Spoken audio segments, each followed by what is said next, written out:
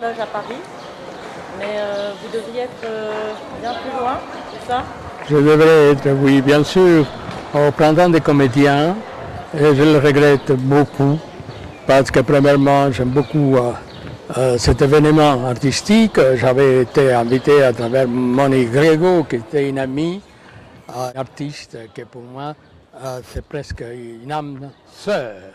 Donc chaque fois que Moni m'invite, je dis oui.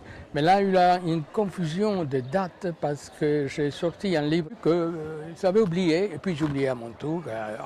À dernier moment, c'était impossible d'arranger les choses, mais c'est une promesse qui me vient du cœur. Quand Moni me réinvitera quelque part, j'irai et je lui dis j'irai à genoux. Donc c'est à genoux que je m'excuse, surtout que moi j'aurais voulu vraiment être dans cette rencontre, qui est la rencontre des auteurs et des artistes.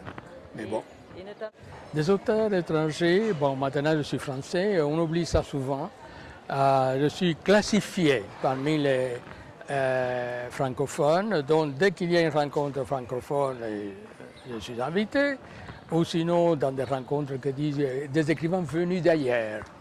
J'aime bien le terme venus d'ailleurs, sinon c'est effectivement, je suis français mais d'origine cubaine, donc étranger, en français venu d'ailleurs. Le terme d'étranger, je parle souvent quand je peux, c'est-à-dire pour un livre qui sortira en septembre, je parle de l'influence qu'a eu sur moi de l'étranger de Camus, pour dire à quel point l'étranger pour moi c'est quelque chose. Mais les souvenirs de quand j'étais étudiant en France, je suis venu en France entre 50 et 60 pour faire des études de théâtre, de littérature, retourner à Cuba. Il a eu le coup d'État de Batista en 1952 et je suis resté en France, à Paris, jusqu'en 1960. Je suis retourné à Cuba parce que j'étais ami des frères Castro et de toute la nomenclature cubaine de la Révolution. Donc ils m'ont invité à retourner au pays. J'ai quitté en 68. Mais je parle aussi que j'étais un petit peu étranger à Cuba, puisque mes parents étaient d'origine espagnole. Mon père était de Madrid, ma mère andalouse, juive séfarade d'Andalousie, et donc de ces mélanges. Donc tout petit, j'étais entouré de ces étrangers. Et à Cuba, par exemple, j'ai parlé en espagnol avec plutôt la manière espagnole et pas la manière cubaine.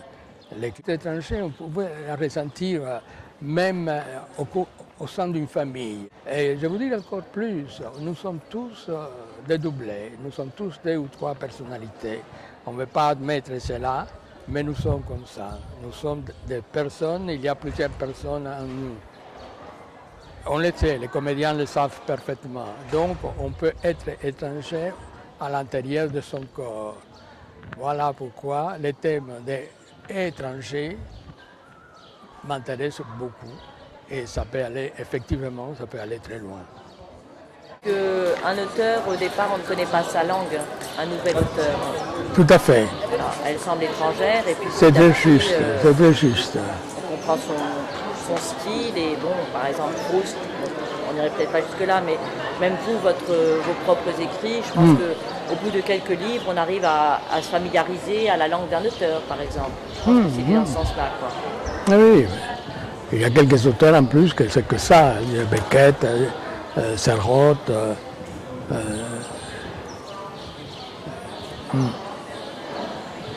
Sinon, il y avait la question de, voilà, comme Beckett, comme Suran, comme Ionesco, vous écrivez dans une langue qui n'est pas votre langue maternelle. Est-ce que ça soulève des questions? Est-ce que le fait d'écrire dans une autre langue, parce que vous écrivez aussi dans votre langue? Tout est dit dans mon prochain livre qui s'appelle Un cubain à Paris. C'est écrit toujours en français. J'écris par moments des articles en espagnol, j'écris parfois des haïkus en anglais, j'écris des chansons en portugais, mais le français c'est ma langue d'expression, c'est là où j'écris 20 pièces de théâtre et maintenant 14 livres écrits en français, il faut le dire tout de même. Mais une petite note authentique, au moment où je pensais quitter la langue espagnole pour passer à la langue X, mais je pensais déjà au français. J'avais rencontré Samuel Beckett, qui se promenait dans le parc Luxembourg. Et je parlais à Beckett, bon, lui il avait quitté sa langue, j'allais faire la même. Et il a réfléchi un peu, il m'a dit, j'ai quitté l'anglais parce que j'avais l'influence trop forte de James Joyce. Je veux dire, c'est curieux parce que moi, c'est l'influence de Lorca, Garcia Lorca, je trouve ça normal. Mais donc, j'écris en anglais et à un moment donné, je sais que je vais recommencer à écrire en français, je vais recommencer à écrire en anglais. Et vous passerez d'une langue à l'autre, vous allez vous enrichir avec la langue française, qui n'est pas votre langue, et vous retrouverez votre langue maternelle avec un autre sens. Et c'est effectivement, je crois, ce qui peut se passer. Problème qu'on me demande d'écrire des livres en France, et on me donne des contrats, des pièces de théâtre. J'ai une pièce nouvelle de théâtre qui est en lecture dans un grand théâtre national. Mais en Espagne, on ne me demande pas d'écrire, on ne me traduit pas parce que j'ai écrit en français, je suis un afrancesado. Donc, on considère, ça c'est un point, on considère que je suis un traître à la langue espagnole, ce qui est vrai, et d'un autre côté, pour être publié en Espagne, il faut avoir, comme en Angleterre, comme aux États-Unis, un agent littéraire très fort.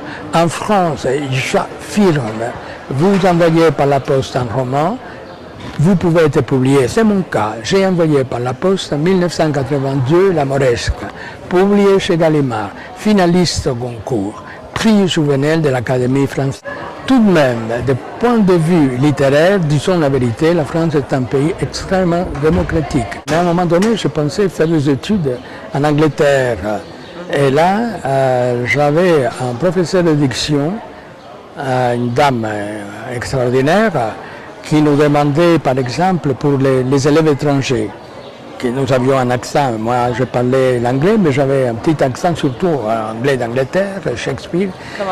Alors, elle nous a dit, on va faire un jeu, et ça m'a plu tout de suite. C'est-à-dire, vous apprenez par cœur un monologue de Shakespeare, le monologue qui vous plaît, un monologue. Mais, vous les laissez, vous l'apprenez bien, mais ce n'est pas ça qu'on va faire comme étude de diction ni de langage. Vous allez inventer une langue et vous allez retrouver les sonorités de Shakespeare à travers la langue que vous avez inventée et vous arrivez après à les dire de manière. Alors on commençait pour inventer comme un camarade, n'importe quoi. Et puis après on arrivait à dire finalement This is the winter, or our exception.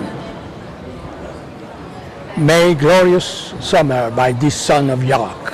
Ou les monologues de Iago que j'avais appris parce que ça me plaisait énormément.